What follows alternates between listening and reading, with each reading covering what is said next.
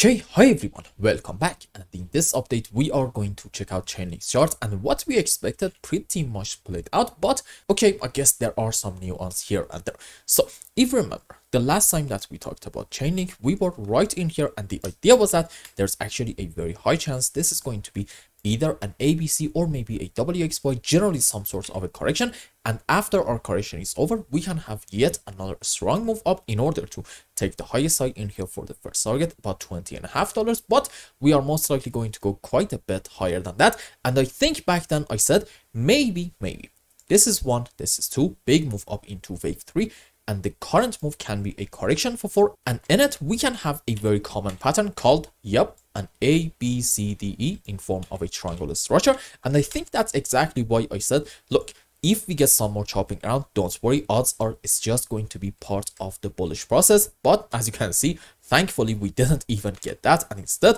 bam, we just got a very strong move on the upside.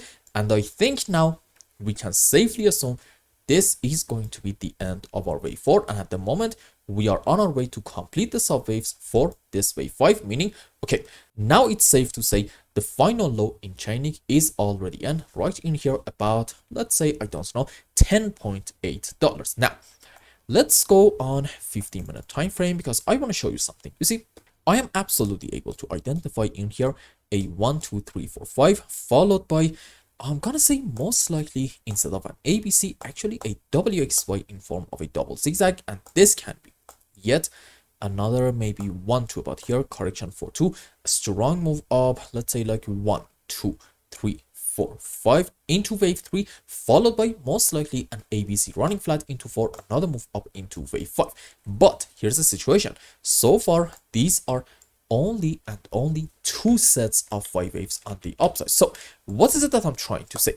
Remember, earlier I said we are now on our way up to complete the sub waves for this wave 5, and I'm thinking we are having 1 2 3, and there's a good chance we're going to see soon in the short term a correction structure into wave 4, and after it's over we can expect what? Yep, you guessed that right, yet another decent move up into wave 5. This is going to be my primary case in the short term, maybe for like the next 48 to 72 hours in Chainlink. And if I just go on even some lower time frames, maybe 5-minute chart, okay, you can absolutely identify the subwaves in here for a beautiful looking ABC flat, which looks like this. This is our initial move down into A, correction for wave B, and another move down into our C leg. And for wave B, we are either going to take this initial high, and if not, we are going to get very close to it. And for our wave C, the same goes as well. We can either take the low of our A leg, or we are going to get very close to it. And in terms of the subwaves,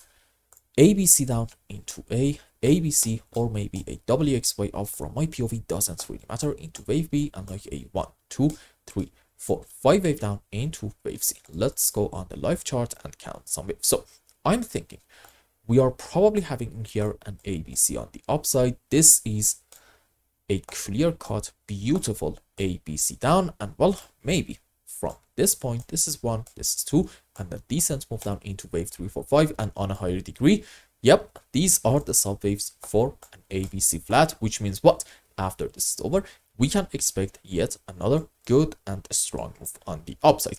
Is this going to be our only bullish scenario? No, we can actually have like some more much bullish possibilities, but that's actually going to be the topic of the next update. For now, let's just take every single thing step by step and see where are we going to go next in the short term. And then, okay, I guess I can make new updates and talk about some more bullish possibilities, but for now, let's just stick with this one.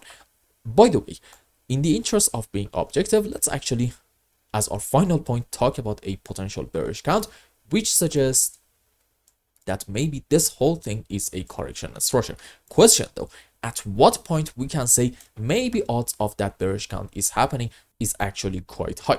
I'm gonna say when we get a move down from here, a very strong move, like a 1 2 3 4 5, without a whole lot of overlapping of the waves, in order to take this important low about let's say if I just hide everything, as you can see, $15.4. But as long as we are not doing that, I don't even think that we should be talking about those bearish scenarios. For now, everything suggests the only way in Chainlink is up. So, let's be optimistic and wait for some more exciting price action. And I hope I explained everything well and you understood what is going on in Chainlink. And until the next update, I hope you have a wonderful time. Goodbye.